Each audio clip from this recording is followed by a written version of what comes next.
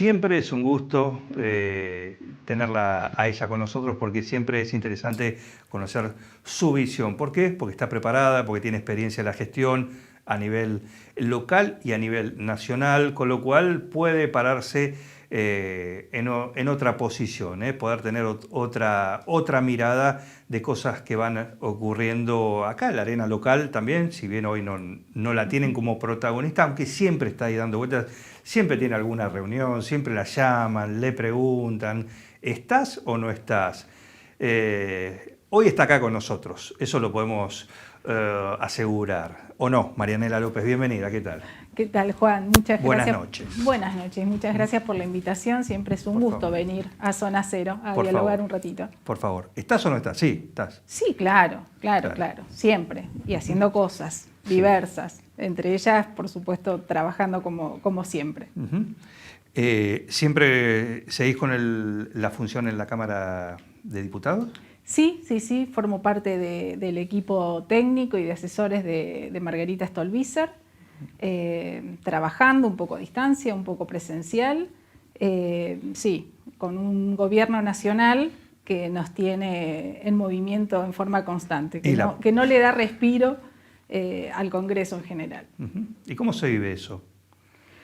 Y la verdad es que desde adentro, ¿no? No es un buen clima, digamos, no es el mejor de los climas, no de trabajo, porque la verdad es que Margarita le imprime una dinámica a nuestro equipo que realmente da gusto trabajar ahí, pero sí el clima político está raro, está enviciado, si querés, con un presidente que en forma constante está denigrando, castigando a los diputados, a los senadores, que no soporta tener un voto en contra de alguna decisión o de algo que el Congreso mismo impulse.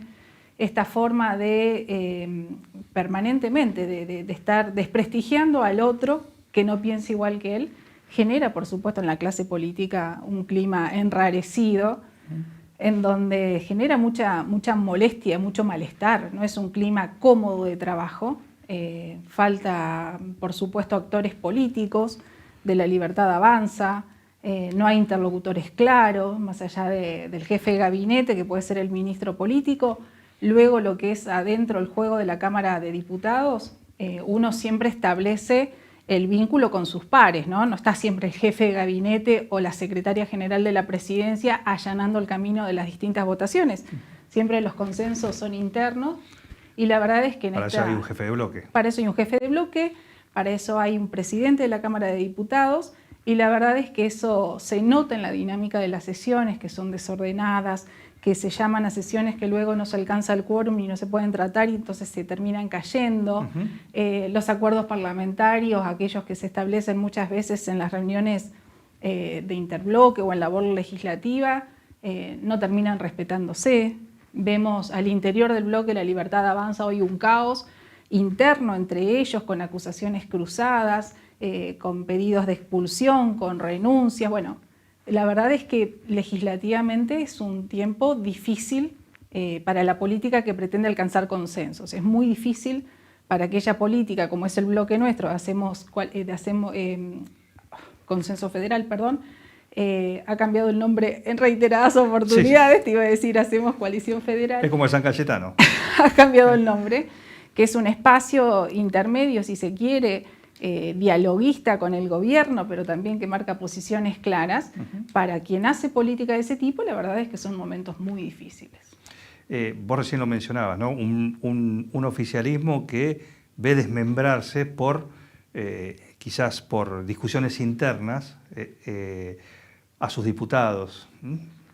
Y uno dice, bueno, uno plantea, pero al final el armado fue muy endeble. Sí, claro. A la hora de armar una lista y decir quién va. Sí, acá, claro. Evidentemente. Es el resultado de lo que hoy se ve en ambas cámaras, porque también en el Senado Nacional pasa que expulsan a un senador por tener una posición contraria a aprobar el pliego del juez Lijo. O sea, es un espacio político que promueve la libertad, pero parece que la libertad de pensamiento no tanto, que quien piensa diferente no puede ser parte de ese espacio político. ¿O a cuántos habrán dicho que sí para estar en esa lista con tal de estar prendido? También, ¿no? Claro, bueno. Que no dejan de ser, entonces, querer estar en la casta.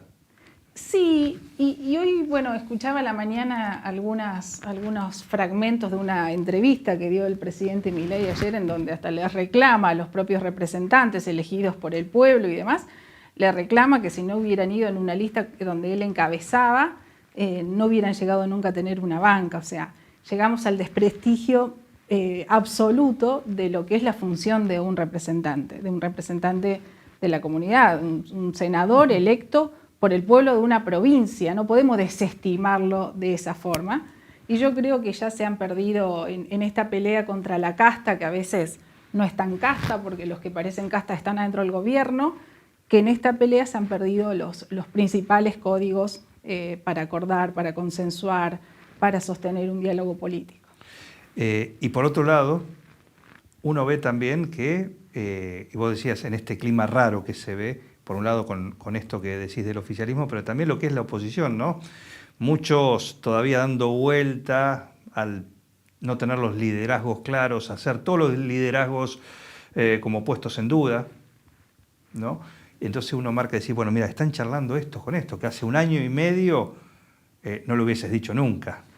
Sí, yo creo que es parte es parte de es parte de la crisis general del sistema político, ¿no? Uh-huh. En donde los partidos políticos dejaron de representar, como en su momento lo eran, donde uno tenía la alternativa por partido y no tanto por los candidatos. Eso, digo, era el candidato del Partido Radical o el candidato del Partido Peronista o el candidato de... Pero no pesaba más la figura del candidato que la contención que te daba ese partido político. Eso estalló por los aires. De hecho, Milei es un claro ejemplo de alguien que llega a ser presidente de la nación sin tener un partido político propio que lo respalde. Recién ahora está en vía de constitución. Digo, esto es lo que se ve, esa representación política hoy, el juego que vemos en el Congreso, tiene que ver con este sistema que ha estallado por los aires, en donde hoy vamos atrás de los liderazgos, ¿sí? Y cuando miramos eso, claramente no hay liderazgos hoy en la oposición que puedan confrontar a Milei. Entonces, un escenario que nosotros entendemos que sigue siendo de tercios, de un 30 aproximadamente del peronismo fijo, cautivo, de un 30 que puede estar representando hoy el actual presidente y de un 30%, digo aproximado, 33 sí, si querés, que no quiere ni a uno ni otro. Y que quiere una alternativa. Pero cuando esa alternativa, este último 33% que yo te digo, no logra encontrar la figura que lo representa, automáticamente o se van para un lado o se van por el otro. Por no votar a este, voto en contra, entonces acompaño a aquel no convencido. Yo creo que el proceso de maduración que vamos a tener que llevar adelante en la política de acá hasta el año que viene es poder encontrar esa figura convocante en un espacio que no sea ni la Libertad Avanza o la derecha, como así tampoco los rezagos del kirchnerismo, y en esto no incluyo todo el peronismo, pero sí de quienes nos gobernaron durante tanto tiempo. Y no pones en esos 3 tercios, claramente porque por su realidad está así, al radicalismo. Sí, el radicalismo yo lo veo en este último tercio. En este último tercio. Sí, en donde por supuesto encuentro a la coalición cívica, a nosotros el partido GEN, a sectores del peronismo, encuentro por supuesto a la Unión Cívica Radical, pero todavía de ahí no emergen claros liderazgos que puedan enfrentar a una figura a quien le dé la veña Cristina Fernández de Kirchner o a la figura de Milei. Y como ex radical, te podría decir. Sí, claro. ¿Sí? Pero radical al fin. Por supuesto. Radical al fin. ¿Qué significa que Ricardo Alfonsín, no quizás como por él, ¿no?, sino por ser el hijo, por el apellido y por todo lo que representa, haya renunciado a la Unión Cívica Radical? Mira, yo creo que el radicalismo no le afecta mucho la renuncia formal, si querés, de Ricardo. Ricardo hace mucho tiempo que no forma parte del anclaje radical. Hace mucho tiempo que tomó la decisión, en principio internamente, de confrontar el modelo hegemónico o que estaba gobernando la Unión Cívica Radical y luego hasta ser funcionario o embajador del gobierno de Alberto Fernández. Digamos, él ya estaba afuera, ¿sí? Es como que yo ahora presentara mi renuncia a la Unión Cívica Radical después de haber pasado mucho tiempo afuera. Yo creo que los partidos, sobre todo como el radicalismo, no le impacta fuertemente eso, por más que el apellido sea Por más apellido Alfonsín. que tenga. No, Claro. no, porque también el liderazgo de Ricardo al interior del radicalismo se fue desdibujando, no llegó nunca a ser el liderazgo del padre y terminó claramente desdibujado. ¿Y por casa cómo andamos? ¿Cómo lo ves a nivel local? A nivel local. Y, a ver, por ahí peco por estar un poco distante de la política local. Mi trabajo por ahí me lleva más a pensar en el escenario nacional. Pero contactos tenés. Tengo contactos, por supuesto. Primero el de la calle, el de hablar con la gente, el de uno que va a un comercio. Yo siempre, mi hijo se enoja cuando salimos juntos porque en comercio que entro, el tiempo de compra es largo, es extensivo, porque la gente quiere hablar de política. Conozco el tema. La gente quiere hablar de política, entonces, bueno, se van generando esos ámbitos. Entonces, de ahí es que también uno va formando su propia mirada. Pero no he tenido mucho diálogo con las actuales autoridades, más allá de algún cruce puntual o por alguna cuestión específica. No hemos tenido un diálogo que la verdad es que nosotros pensamos como partido y como grupo político, sobre todo que acompañó la campaña de la actual intendenta de María José. Entendíamos, porque en su momento se lo planteamos, que si bien nosotros no estábamos con ambiciones de integrar un gobierno o de integrar distintas secretarías o direcciones o lo que fuera, sí estábamos con intenciones de poder acompañar en una mesa de diálogo político que siempre le suelen faltar a las gestiones municipales. Una vez tanto la intendenta como sus funcionarios ingresan a la función, es tapar todo el tiempo, ¿sí? el ruido inmediato, todo el tiempo. Y por ahí falta esa mirada de perspectiva estratégica a más largo plazo. Alguien que pare la pelota. Claro, que entiendo que los funcionarios no lo pueden hacer. La dinámica de la gestión municipal, sobre todo, es vertiginosa, entonces es difícil que se paren a planificar. Pero para eso nosotros sí habíamos ofrecido poder armar una mesa con los distintos partidos que integrábamos, que nos convocamos en pos de la candidatura de María José, de poder trabajar y pensar en ese 9 de julio un poquitito de más largo plazo. No se dio esa oportunidad, nosotros no hemos sido convocados, sé por otros partidos que tampoco fueron convocados a este espacio. Entiendo que es una gestión, Juan, que no se puede disociar tampoco del escenario nacional en el que estamos. Digo, 9 de julio no es una isla, forma parte de un escenario nacional de ajuste, de políticas recesivas, de caída del empleo formal, de altos niveles de indigencia y de pobreza. Es lógico que eso termine repercutiendo el 9 de julio. El fin de la obra pública, digamos, estas medidas que parecen ser macroeconómicas o del nivel nacional, terminan incidiendo. Y no es que, bueno, no le viene obra pública, entonces no puede hacer nada. La verdad es que hasta incluso los presupuestos se suelen acotar porque cada vez hay más necesidades que las tiene que cubrir el gobierno.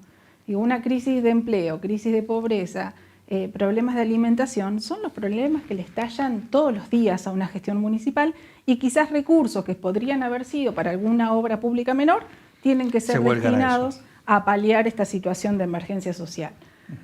Por eso entiendo que no le tocó fácil a María José el contexto, pero tampoco ella era ajena en su análisis. Se sabía que esto iba a venir porque, digamos, Milei en todo momento su campaña se basó en esto, ¿no? En el achique del Estado, del gasto público. También entiendo que, digamos, nosotros al menos compramos, vamos a decir de este modo, compramos el discurso de la apertura que María José en su momento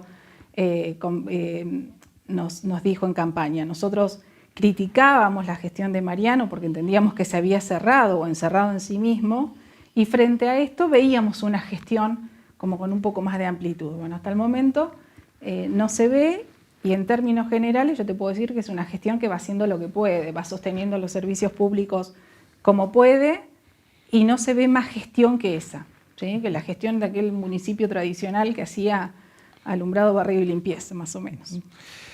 Alguien me dijo el otro día, si yo estuviese, yo la llamo Marianela ¿Al gabinete? a la gestión.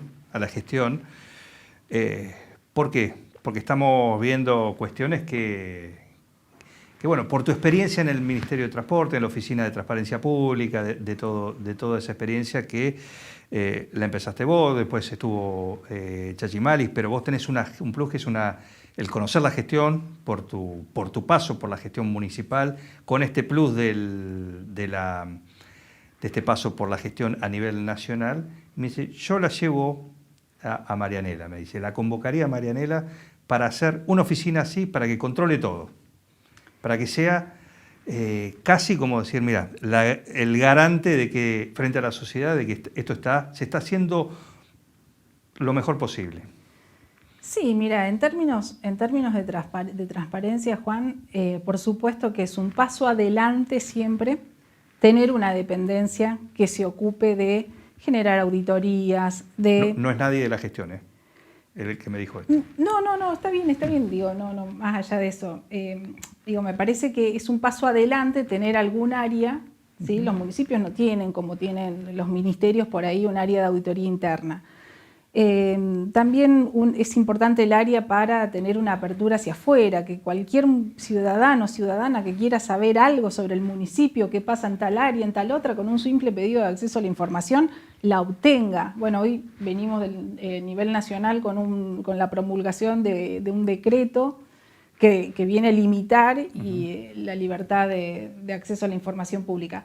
Pero la verdad es que, digamos, el paso futuro de estas oficinas de transparencia, de acceso, como las quieras llamar, es el que en algún momento desaparezcan, porque estas políticas son transversales a todas las áreas, ¿sí? Debería no existir esta oficina en pos de que cada uno de los funcionarios de las distintas áreas ya está incorporado. Claro. Digo, como es la perspectiva de género que tanto se ha trabajado y que es lo mismo en la perspectiva de ética y de transparencia, ¿sí? Por supuesto que para visibilizar, primero está bueno tener las oficinas, pero después cada funcionario o cada funcionaria debería por sí llevar adelante sus propias políticas de transparencia sin necesidad de que alguien los audite, ni los controle, ni los observe. No tenemos secretario de gobierno. Quedó vacante desde la salida de Víctor Altare. Es uno de los puestos que falta cubrir. Hoy estuvo Cecilia Fusari, que es subsecretaria de Producción flamante, porque ese puesto lo tenía también Víctor Altare. El rumor es, no hay nombre por ahora, pero el rumor es que sería la jefa de gabinete la que, o por lo menos una posibilidad, que quede, ¿no? Como jefa de gabinete o secretaria de gobierno, mejor dicho. Claro. En este caso sería porque ya está dentro del organigrama y está todo ya armado para todo lo que depende de ahí, más allá de algún retoque en ese organigrama. Vos que venís de la función, el otro día Altare fue muy diplomático pero se sabe que había roces porque son funciones que están medio entre jefe de gabinete y secretario de gobierno, tienen muchas zonas grises entre ellos, ¿no? En las cuales se tocan. Vos que estuviste ahí, vos que lo viviste también, porque a vos te tocó una situación parecida, ¿no? Con esto. ¿Qué puedes contar al respecto? Sí, yo soy partidaria de que ambas estructuras, Secretaría de Gobierno y Jefatura de Gabinete, tienen, como vos decís, muchas zonas grises y hasta superposición, ¿sí? La jefatura de gabinete fue una creación del gobierno de Walter Batistela en su momento. Yo era secretaria de gobierno y se crea, en una licencia mía por maternidad, se crea la jefatura de gabinete. A mi regreso al puesto mío a la secretaría de gobierno, realmente tornó imposible la gestión de ambas áreas, ¿sí? En principio porque la jefatura de gabinete se constituye a expensas de la secretaría de gobierno, limitando funciones o sacándole funciones. Y después, la verdad es que el secretario de gobierno en los municipios siempre ejerció como la función política del gabinete, junto con el intendente, que se entiende que es la autoridad política por naturaleza, El gabinete... Pero es el del día al día, el que pone la cara. Claro, el secretario de tiene más gobierno es exposición. el que se encarga de los asuntos políticos, si querés, en su vinculación con el Consejo Deliberante, en su vinculación con los gremios, en su vinculación con el personal. Es un poco, tiene como innata la función de la jefatura de gabinete. Entonces, cuando vos a la Secretaría de Gobierno le sacás esa razón de ser, la vaciás. La terminás dejando como un ente administrativo más, a la altura y al nivel del resto de los secretarios, que no implican que sean menos ni con menos importancia, simplemente que otros son de carácter más técnicos y el secretario de gobierno tiene un rol mucho más político. Para mí hay una duplicidad, ¿sí? Entiendo que a veces es necesario crear un cargo para dárselo a alguien, ¿sí? Y dejar contento o conforme a alguien, pero yo no veo que sea necesario la coexistencia de estas dos estructuras. Yo me quedaría, si tuviera la oportunidad de armar una estructura de gobierno, me quedaría solamente con la Secretaría de Gobierno, con un rol de coordinación, por supuesto, del resto de las áreas, pero no duplicaría estructuras, porque pasa esto, el choque permanente entre funcionarios termina desgastando función. Es inminente, es imposible. Es muy complejo porque se trata de roles cruzados, de áreas grises, como vos decís, de cuestiones de ego personales y propia del juego político. Sí. Cada uno trata a partir de ahí quizás de proyectarse políticamente y terminan chocando. Exacto. Perfecto. Vieron, siempre es un lujo. Escucharla siempre es un lujo tenerla, por eso de tanto en tanto la convocamos para que nos dé su parecer. Y uno dice, ¿cómo no hay nadie que la haya convocado? ¿Sí? Ya ha pasado por la gestión, pero sí, con experiencia, con muchas horas de vuelo, con cosas aprendidas, con errores, con aciertos, pero hoy con una experiencia que no muchos tienen acá en la arena local. Así que, bueno, quizás en algún momento o ella o alguien la pueda aprovechar. Juan, igual, tanto María José como lo ha sabido también Mariano Barroso en su momento, nosotros estamos siempre dispuestos a colaborar con la gestión porque entendemos que es la gestión del gobierno elegido por la mayoría de los nuevejulienses y que tenemos que lograr que a este gobierno le vaya bien. Estamos siempre a disposición. Por supuesto, lejos de hoy pretender integrar la función pública municipal, porque, insisto, el nivel municipal debe ser el más demandante de los 3 niveles de gobierno por la proximidad con la gente, por la proximidad con los problemas, con las necesidades. Hoy no es el momento mío para dedicar de lleno. Bueno, ya lo has tenido. Como pasa. Lo decimos desde el punto de vista de la experiencia. Pero sí, ¿no? siempre para aprovechar colaborar. Un cuadro así, como sea, en pos de 9 de julio. ¿no? La experiencia en lo municipal ya has tenido y has tenido de lo bueno y de lo malo también. Dolores de cabeza y alegrías. Claro que sí, claro que sí. Gracias por venir. Gracias a vos.